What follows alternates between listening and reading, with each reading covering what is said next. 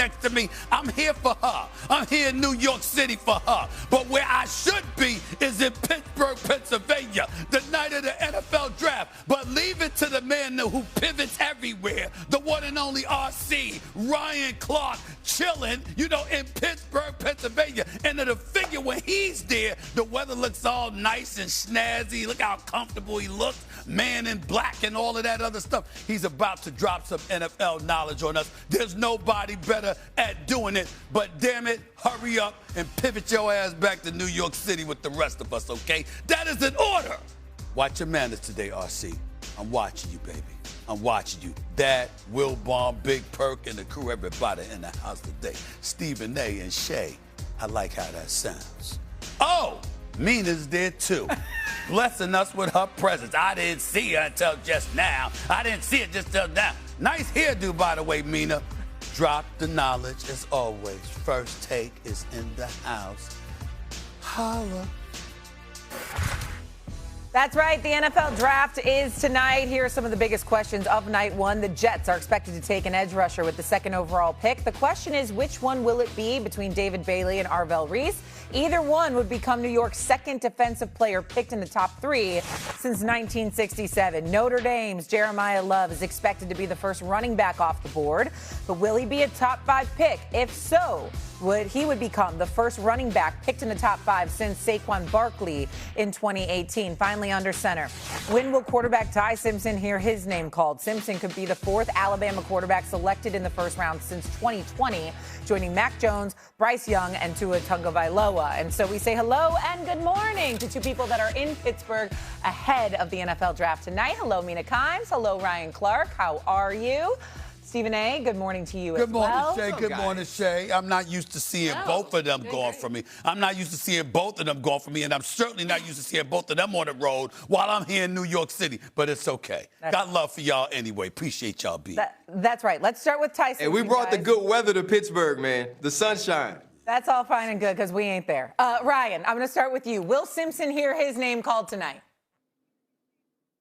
I don't believe that Ty Simpson will. Now, there's people that are trying to talk themselves into Ty Simpson. When you look at some of these mock drafts, it's people saying that the Arizona Cardinals will draft Ty Simpson late in the first round. But why? Why does a team need to move up and draft a quarterback that you're unsure about, a quarterback that didn't start the season off well against Florida State? But there was a run for Ty Simpson in the SEC where we were highly touting him as maybe a top 5, top 10 pick along with Fernando Mendoza. But when you watch the end of that season, and you have to be fair, right? There wasn't a run game in Alabama. Some of his outside wide receivers dropped the football and the protection lacked. But you just can't believe in a guy who hasn't played that much football that he can correct some of the things that we saw as faults toward the end of the season by just playing in the NFL. Ty Simpson is a guy that needs to sit, a guy that needs to watch, and a player that needs to learn. And you don't draft those sort of people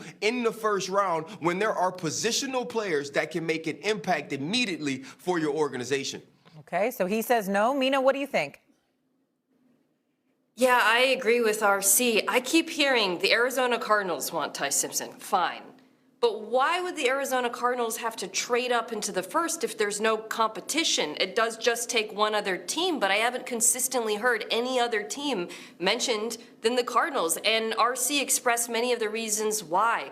Ty Simpson's tape in the first half of the season is excellent. I do think he has an NFL caliber arm. He's clearly a very smart quarterback. But for him to succeed in the league, he would be a tremendous outlier in a couple of ways. One is the lack of experience. When you look at the track record of quarterbacks drafted in the first round with this few starts, it is a small group. Most recently, Anthony Richardson, of course, which didn't work out. So that respect makes him an outlier, the inexperience. But then on top of that, you also have his size. The number of quarterbacks at his size, 6'1", under 215 pounds, who have succeeded in this league is vanishingly small. You're talking about Russell Wilson, who put on some weight, Mike Vick, who was one of the greatest athletes to ever play the game, of course, if not the greatest, and then Bryce Young. Drew Brees is another prototype, but do you really believe he can be Drew Brees, the most accurate quarterback of all time? So I just feel like teams, to make this bet on him, you are having to overlook the inexperience as well as the size and say this tape is enough to justify a first-round draft pick.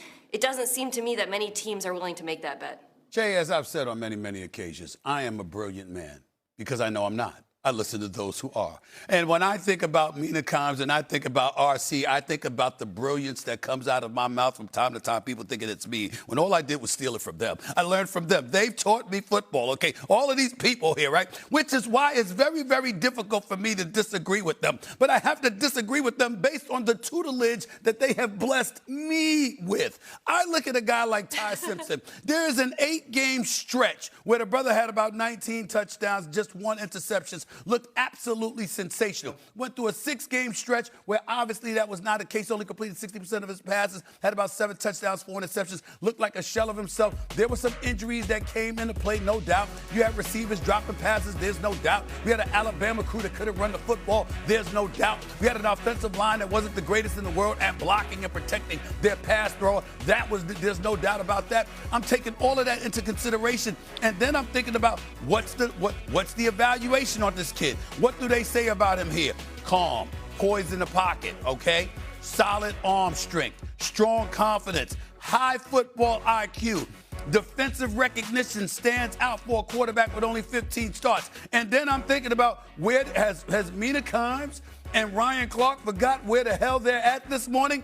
That's Pittsburgh. Have you seen the quarterbacks in Pittsburgh over the last 6-7 years? Where the hell are y'all? Do y'all think y'all in Los Angeles with Matthew Stafford? Do you think you're in Buffalo with Josh Allen? Are you in Baltimore with Lamar Jackson? Are you in Kansas City with Patrick Mahomes? No, you're in Pittsburgh, who's dependent on a geriatric to admit, yo, I'm going to come back and play at approaching age 43. Before that, what quarterback have you had? Of course you have to take a quarterback. If Ty Simpson is there at the 21st overall pick, you are the Pittsburgh Steelers. Unless Will Howard has shown us something that we haven't seen, we haven't heard, or anything like that, how can you possibly pass on them? Is it Mike McCarthy, the former Dallas Cowboy head coach, the former Green Bay Packer head coach, who is the guy that drafts quarterbacks and doesn't mind sitting them and letting them wait and develop?